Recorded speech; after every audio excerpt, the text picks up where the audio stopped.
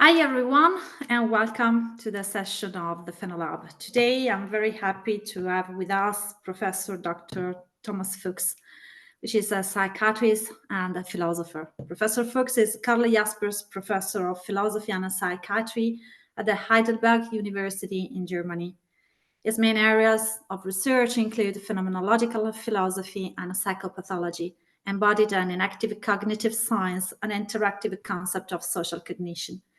His clinical work focuses on psychopathology and psychotherapy of affective and schizophrenic disorders.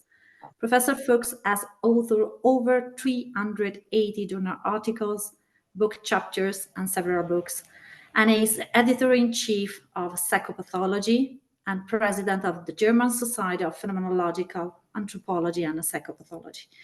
Among his recent publications, I would like to mention Ecology of the Brain and the Phenomenology and Biology of the Embodied Mind, published by Oxford University Press 2018, and In Defense of the Human Being, Foundational Questions of an Embodied Anthropology, published by Oxford University Press 2021. Thomas, thank you very much for accepting my invitation, and the floor is yours. It's a pleasure. Thank you, Francesca. Okay. Let me share the screen. Okay.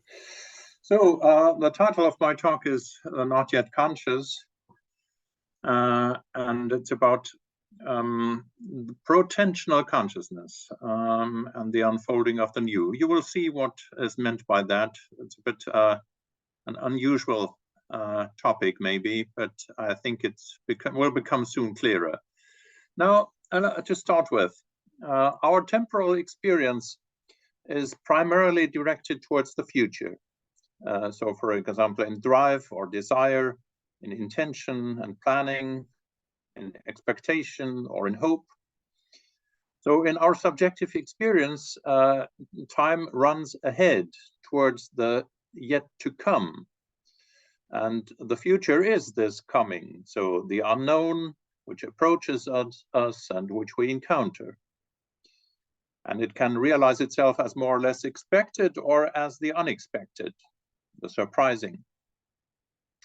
But on the other hand, we ourselves also carry something into the future, so to speak. We carry readiness, expectations, hunches, and possibilities into the future, often without being conscious of them.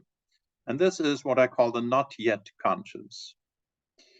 And this not yet conscious enters into a complex interaction with what we encounter in each arriving moment.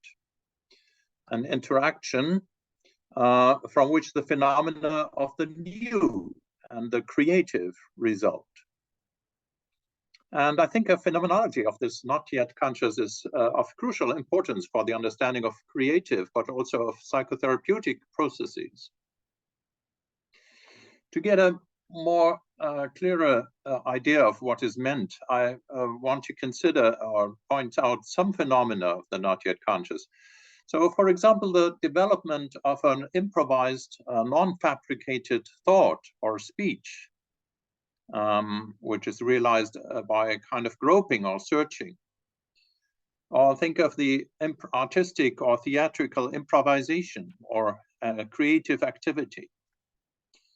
Think of a vague foreboding of what is to come, what we also sometimes call an intuition for situations and their tendencies. Think of desires, impulses, aspirations that are not yet clearly contoured and directed towards specific goals.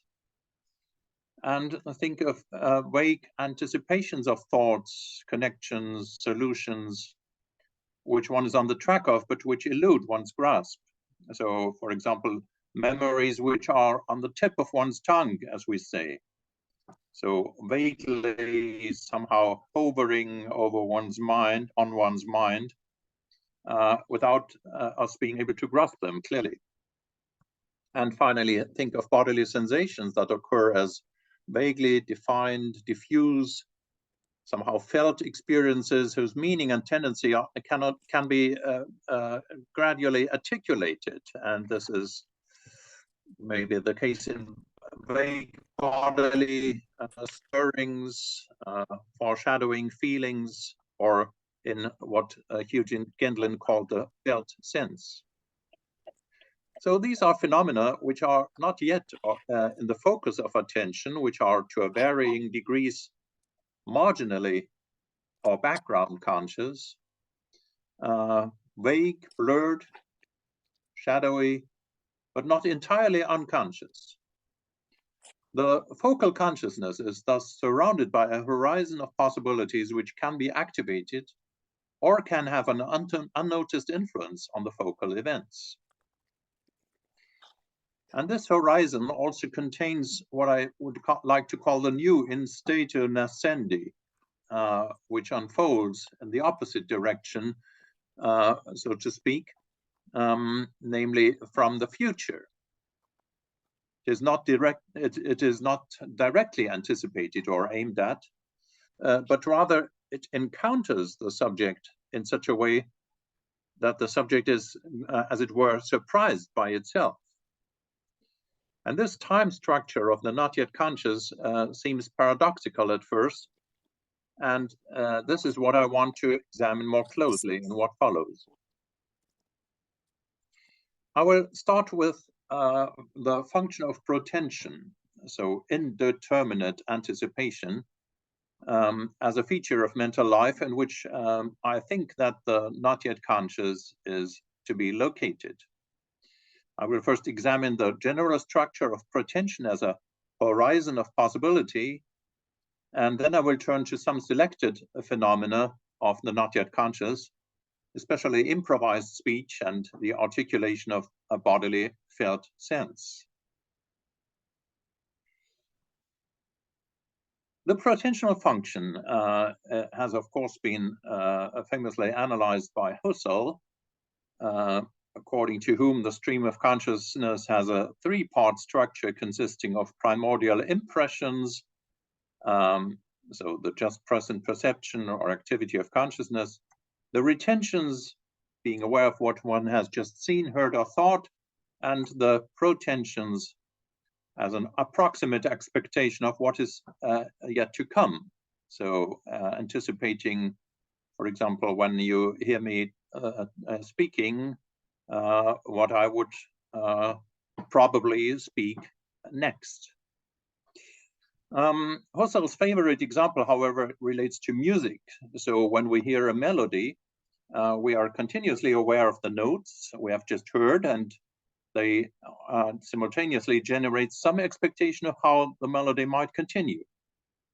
So our perception of a melody is, of course, not a sequence of individual tones, otherwise it wouldn't be a melody, but it is a dynamic, self-organizing process that integrates the tone impressions into the temporal backward-forward attention, so to speak, into the temporal unity of the melody.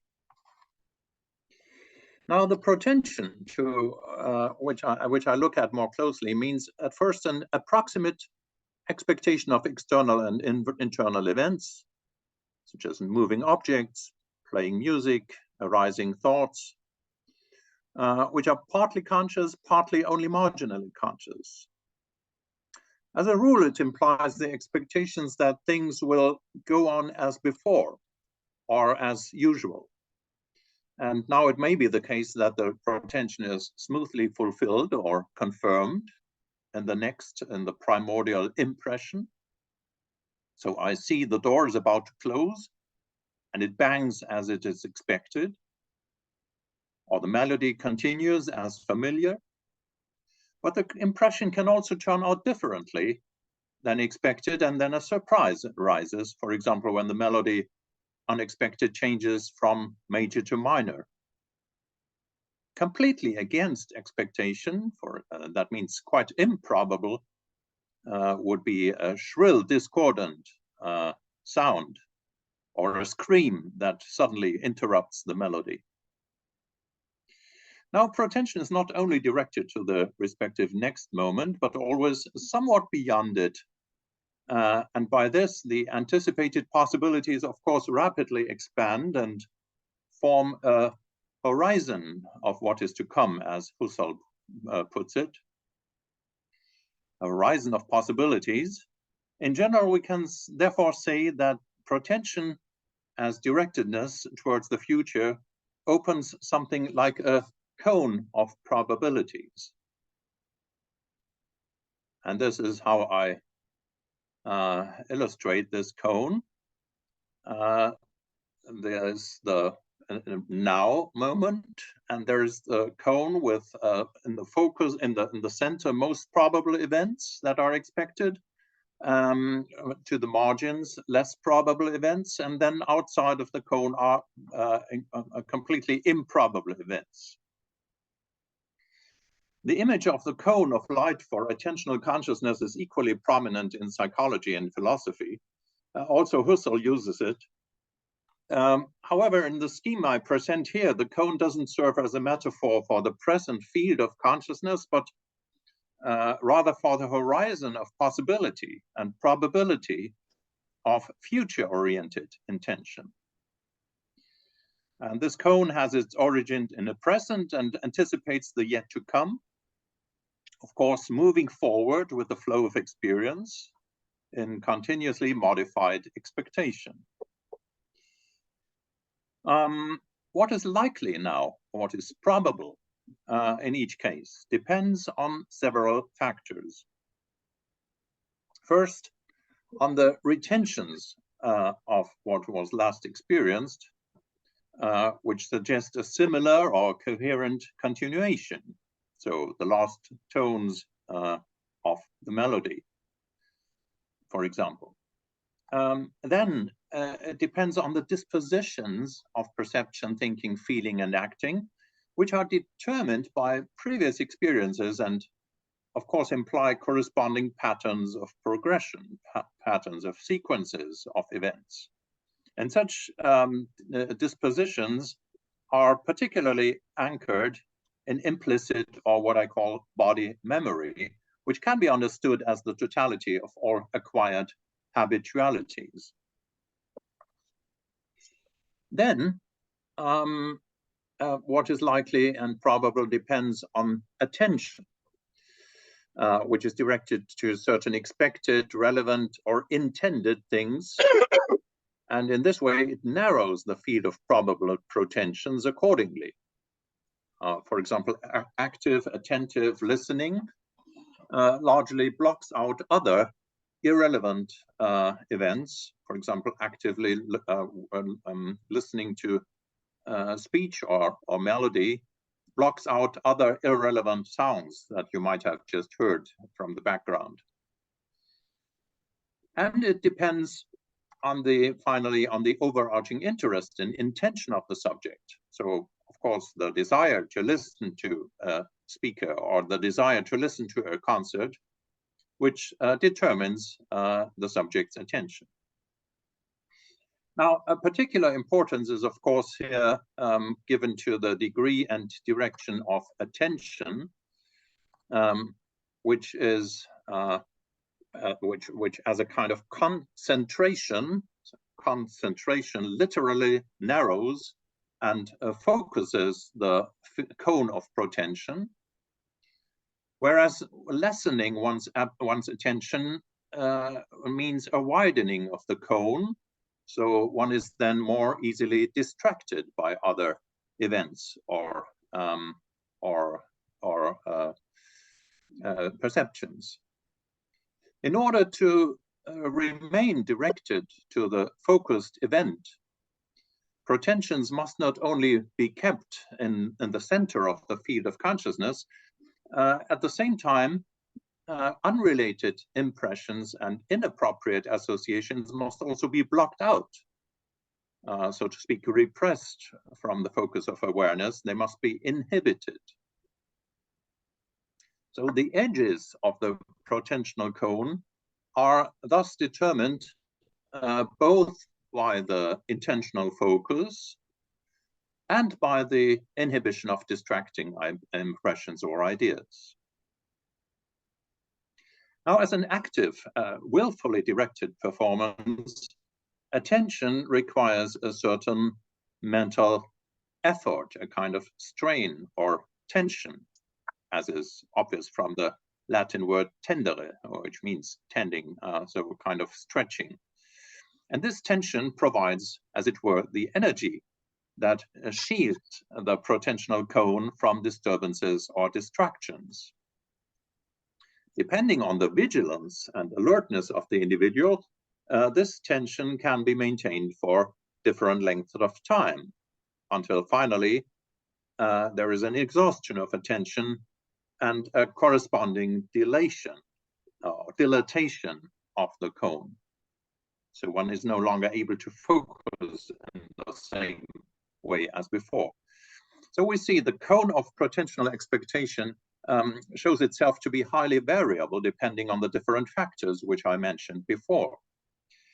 Now, of particular interest for a phenomenology of the not yet conscious are the particular relations between the focal protensions, so the primary expectations, and the more marginal protensions, the rather unconscious protensions or ideas that unfold in the course of a creative process. Now, I will consider these relations between the center and the periphery of the cone using the example of speech. First, I will distinguish. I will look at a highly focused protension, for example, as in prepared speech, which I only declaim, or kind of declamation of a poem, for example. So it's a prepared speech where there's exactly foreseeable which sequences of words and sentences I perform. So here the protensions resulting from the word sequences, which, for example, I for once learned by heart, the protensions are largely fixed here, and the protensional cone is strongly focused, both by attention and it is clearly demarcated against disturbing ideas. The poem is anchored in my memory as a performer, as an acquired temporal gestalt, one could call it a Zeitgestalt, a kind of processual scheme which provides the protensions of what is yet to come. So the words emerge in accordance with the respective protension in the course of the declamation. At the same time, an overarching intention of the speaker is directed at the gestalt and of the individual verses and words and their semantic meaning. So for the poem is of course not just spoken mechanically or soullessly, so just from word to word, but it is spoken at least usually with an accompanying awareness of its rhythm and its meaning. So what I want to convey by declamating the poem, and this intention guides the performance. Using a term of Merleau-Ponty's, I speak here of the intentional arc, shown here at the bottom. The intentional arc that overlaps the temporal gestalt of the respective sequence or project, and thus keeps the individual protensions on track, so to speak. Now, in contrast to this, let us now move on to improvised or free speech, as illustrated, for example, by a spontaneously improvised speech which I give about a celebrated person at his birthday, for example. And I haven't prepared the speech. Now, how does it happen here that I find the appropriate words? Now we are dealing with what Heinrich von Kleist, the German author, famously called the gradual fabrication of thoughts while speaking, a kind of meaning in statu nascendi, in continuous becoming. And here, thinking doesn't precede speaking, so as if the words were only signs for thoughts independent of the words. In contrast, on the contrary, it is an embodied thinking, in the sense Merleau-Ponty pointed out when writing, thus speech in the speaker doesn't translate ready-made thought, but accomplishes it. Accomplishes, achieves, or produces the thought. And the orator doesn't think before speaking, nor even while speaking. His speech is his thought.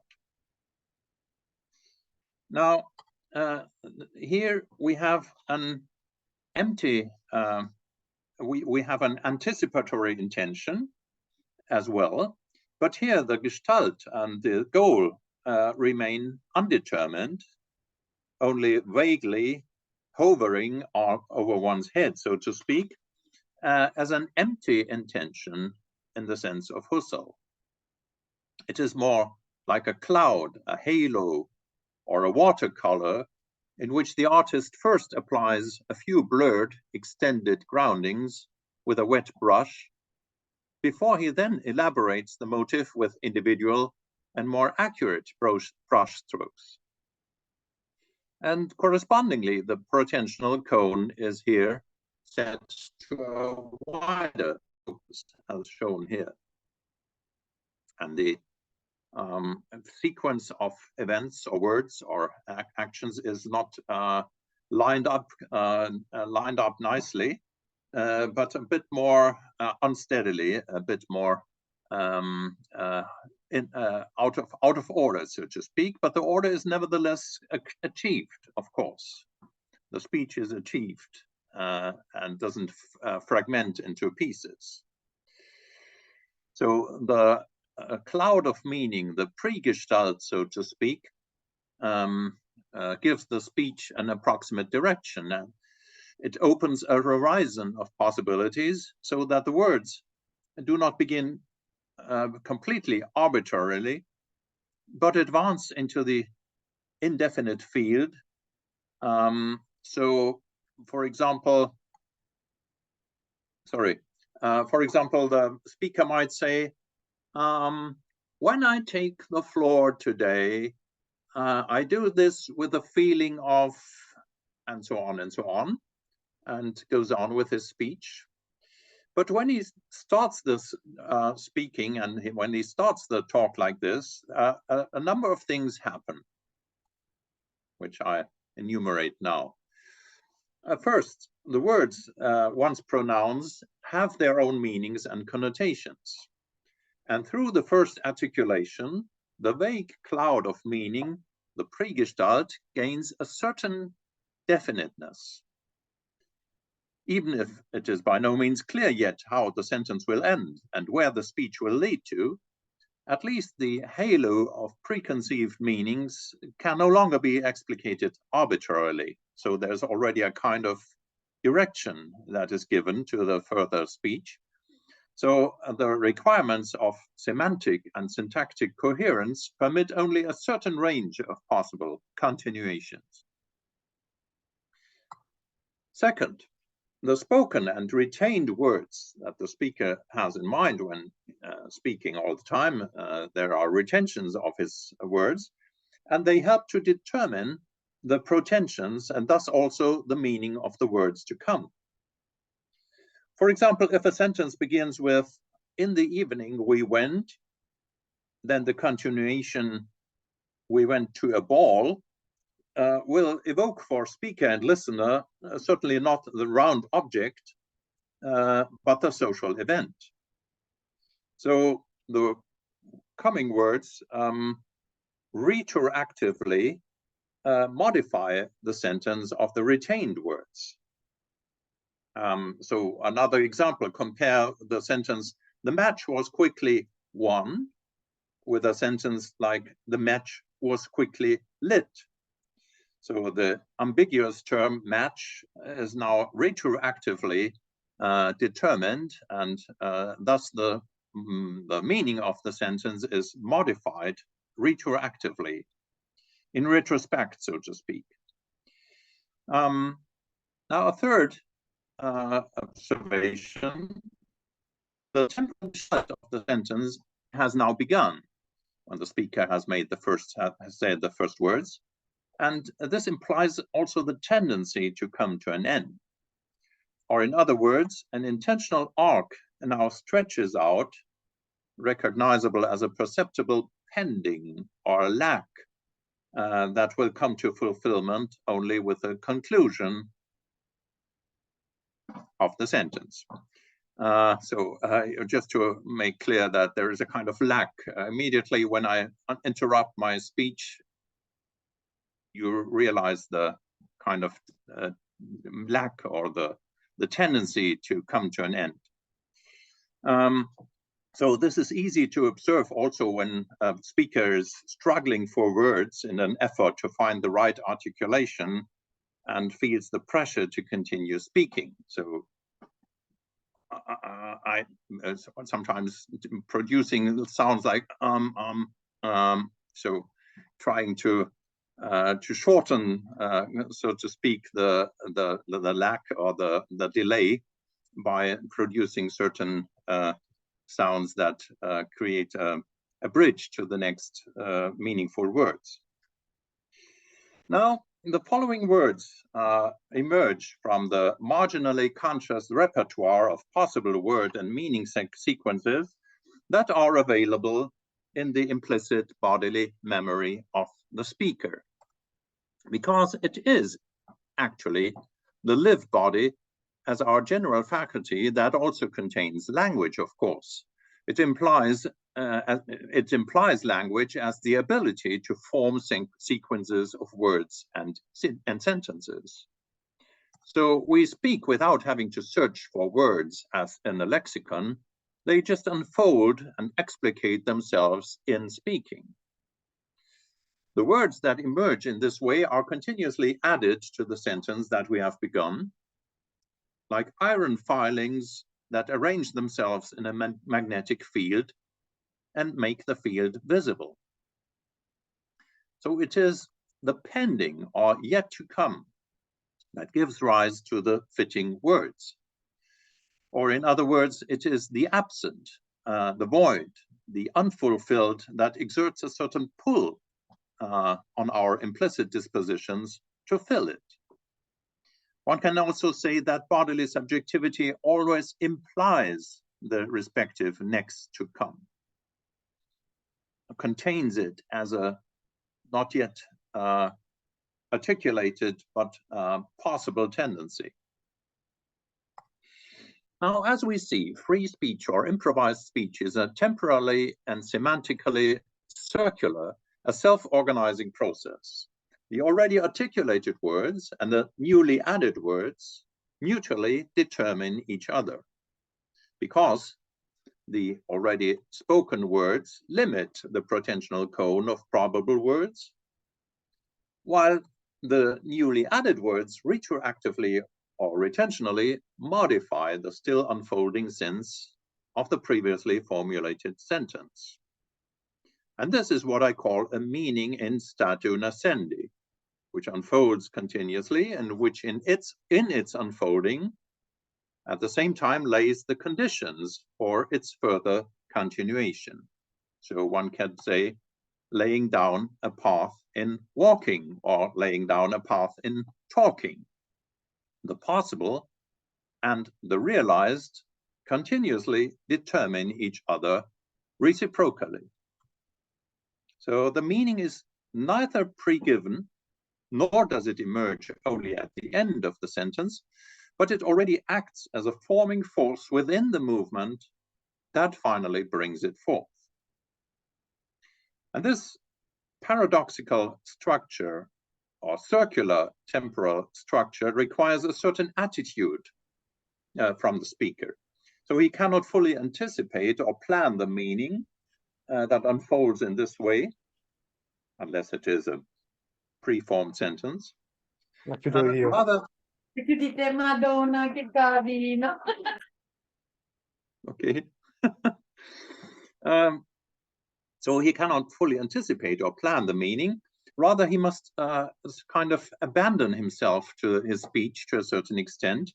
He is carried, as it were, by the emerging flow of meaning itself. On the other hand, the speaker will also continuously compare whether the articulation that he has begun and continues whether it stays on the track, so whether its meaning actually comes closer to what he vaguely intends. He has, in other words, an accompanying feeling of concordance or congruence, in German Stimmigkeit, between the vaguely intended and the articulated meaning. So we can here see that we can just a moment. Yeah, we can refer here to an interesting passage in William James and Principles of Psychology, where he talks about the reinstatement of the vague and inarticulate to its proper place in our mental life. And what he talks about and what he means is precisely this formation of meaning that is only vaguely given. And he expresses it like follows: and has the reader, just a moment, and has the reader ever asked himself what kind of mental fact is his intention of saying a thing before he has said it? Linger, and the words and things come into the mind. The anticipatory intention, the divination is there is there no more. So when the words come to mind, then the intention vanishes. But as the words that replace it arrive, but as the words that replace it arrive, the intention welcomes them successively and calls them right if they agree with it, and it rejects them and calls them wrong if they do not. The intention to say so and so is the only name it can receive. One can admit that a good third of our psychic life consists in these rapid premonitory perspective views of schemes of thought not yet articulate.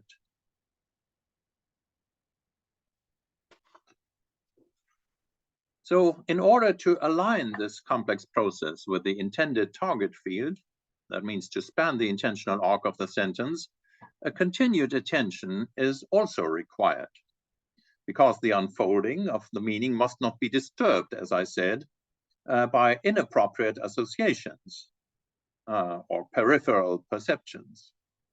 So it is attention which must shield the protentional cone, even if it is somewhat dilated, from too much disturbance or deviation. Sometimes it can happen that a sentence once started, because of its own momentum, leads into a direction that is actually not intended by the speaker. And then the speaker may have to correct or interrupt himself, or he may succeed in inserting the association into a parenthesis and thus integrate it into the course of the sentence. All this is a complex process, and to guide this process requires an attitude of receptive openness as well as active attention, such that it is especially as it is especially embodied by a conductor who conducts an orchestra.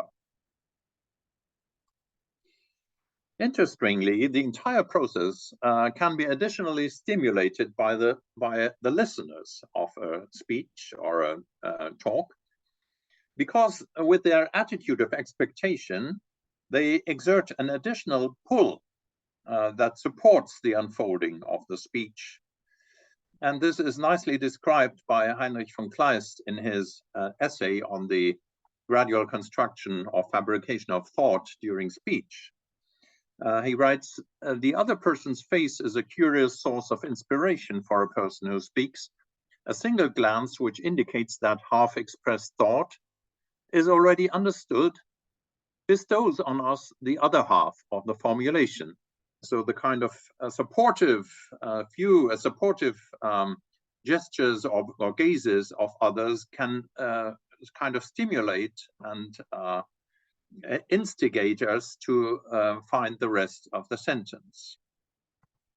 During this process, Kleist continues, nothing is more helpful to me than a sudden movement on my sister's part. So speaking to his sister, he feels that he can more easily develop a thought than just doing it by his own.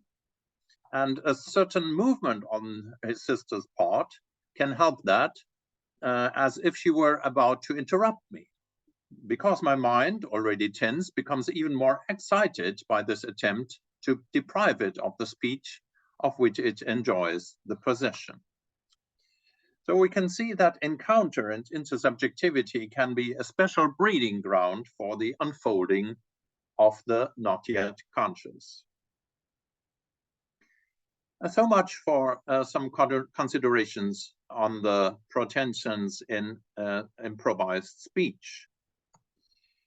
Now, the situation is different when the overriding intention is not so much to achieve a more or less clear goal, but the subject loosens the protensional tension even more, namely in order to abandon himself to his free association, creative ideas, brainstorming, or daydreaming. And here we find an increasingly dilated protension. The protensional cone widens, and the inhibition of distracting ideas or association more or less stops. Now images, ideas, memories, or impulses can emerge spontaneously, flowing into the center from the margins of the field of awareness, or often the field of protension. And then also unexpected connections, new combinations may emerge that lead to a previously only latent meaning. In artistic improvisation, in composing, in the search for creative ideas or solutions, a certain attitude is required, an attitude of searching, non-searching, so to speak, of expectantly letting things happen. In creative research, in creativity research, one also speaks of a phase of incubation, which is derived from the Greek temple sleep. So incubatio means lying down, means breeding as well. And the creative idea or solution often comes as a surprise after this phase of incubation. And then it is called an inspiration or illumination. Now, dreams and creativity are not linked by chance. The dream state can also be understood as a maximum dilatation of the protensional cone. So the consciousness during dreaming is no longer directed towards anything, but it is completely open and receptive to what is coming.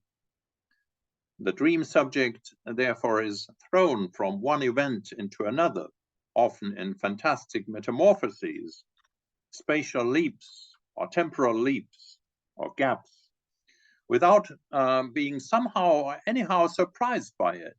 That is interesting. You're not surprised during dreaming. You experience the most fantastic leaps and gaps and sudden events, and well, it's somehow maybe fantastic, but you're not completely surprised. Why is it? So the dreamer is not irritated despite the unusual experiences, because he has hardly any fixed expectation of what it is to come, of what is to come. So an expectation that could be disappointed. But this absence of active protension gives space to rising images, motives, figures of mental life. And therefore, it is that the dream is still considered in psychoanalysis as the royal road to the unconscious, as you well know. So accordingly, dream incubation is used again today as a special technique in which the test person present themselves with a personal question over a longer period of time before they go to sleep, in order to then find an answer or solution, often through a dream. The connection between incubation and illumination has also been frequently described in scientific discoveries.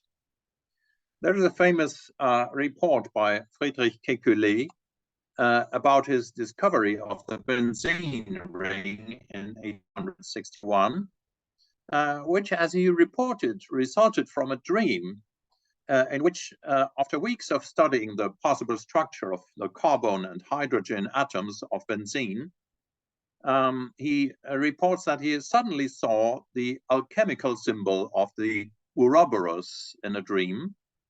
The Ouroboros is the snake that bites its own tail, shown on the right side. And this ancient motive gave him the idea of imagining the atoms arranged in a ring, as shown on the left side. Thomas Kuhn has traced the revolutions in the history of science to such phases of irritation, chaos, and the search for a new meaning, which usually arises suddenly and can establish a new scientific paradigm. And as Kuhn writes here, I quote, scientists then often speak of the scales falling from my eyes or the lightning flash that illuminates a previously obscure enigma. On other occasions, the relevant illumination comes in sleep. So incubation as the decisive phase of the creative process can thus be, again, is described as a meaning in statu nascendi. It is a meaning that cannot be made. It cannot be specifically planned or sought. It can only be received. William James, whom I quote here again, compared it to the search for a name that one has forgotten, but that is on the tip of one's tongue, as we say. And now all targeted efforts to find it again usually only lead further into a dead end. And it is, James writes, as if the name were stuck, and as every pressure would only prevent it from surfacing even more. And then often the opposite procedure is successful. Give up all efforts. Think of something completely different. And at the latest, after half an hour, the forgotten name comes to mind with a jump. So only abandoning the search, not following a purposeful intention, this attitude opens the cone of protention and frees the space for a new formation of meaning, which has already begun in the dark, so to speak, prepared itself behind the stage, but a meaning that is so different from intentionally directed thinking that it can only be disturbed by a deliberate effort. This creative process draws on latent motives, associative patterns, and gestalt similarities that can all be assigned to body memory. Bodily stirrings, certain sensations or movements can represent, so to speak, nodes of memory and meanings that are initially only diffusely sensed, only diffuse. And such a complex of bodily emotional sensing and meanings that are enclosed in it, so to speak, I would like to term a meaning implicature. And such implicatures, or implicatures, I don't remember how it's actually pronounced, implicatures, I think. Such implicatures contain kind of hunches, forebodings, from which a new meaning can unfold in ambiguous and also in crisis situations. And therapeutic methods that pay special attention to bodily sensing can help to articulate the implicatures of the body memory and can help to explicate latent motives and concepts of meaning. The phenomenological psychologist Eugene Gendlin has coined the term felt sense for this bodily feeling of the not yet conscious. And the corresponding phenomena are well known in everyday therapeutic practice. Clients feel, for example, a kind of vague feeling in the throat, a lump in the throat, or other forms of oppression experience themselves as somehow constricted, they tremble, they have tears in their eyes, and they know not why. Initially, they don't grasp the meaning of these sensations. Now, according to Gendlin, it is necessary to turn one's attention to the bodily sensations in order to wait and see in which way this sensation articulates itself, finds a first verbalization. And this is what he calls focusing. An emerging word, an expression, a metaphor that comes up and may most closely capture what is initially felt.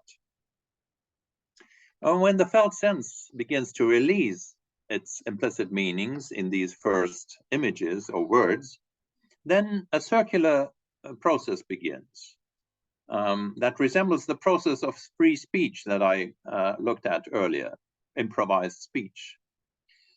There is an explication of the implicit, and it is tested by the client for a sense of congruence, Stimmigkeit. That means he or she tries to feel whether the verbalization triggers a bodily resonance that is felt to be congruent, whether it matches what I feel. And if this is the case, then the perceived change in bodily sensing can go on, can further stimulate a clarifying articulation. And this results in a circular process leading to an increasing clarification, articulation. So here the vaguely felt sense of the body corresponds to the vague halo of meaning of the improvised speech that I've previously looked at. So again, the interaction with another, in this case, the psychotherapist, can support, can stimulate this process of articulation, as Heinrich von Kleist has pointed out. And the eventual clarification is usually experienced with a sense of evidence, of congruence and relief. And it provides the opportunity for further therapeutic steps in the process of therapy. Congruence or concordance thus generally denote that property of an articulation process which consists in connecting what is initially only diffusely sensed and vaguely meant with what is said in a way that enables the continuation of the articulation. Conversely, congruence refers to the property of articulations to reconnect what is said with what is sensed.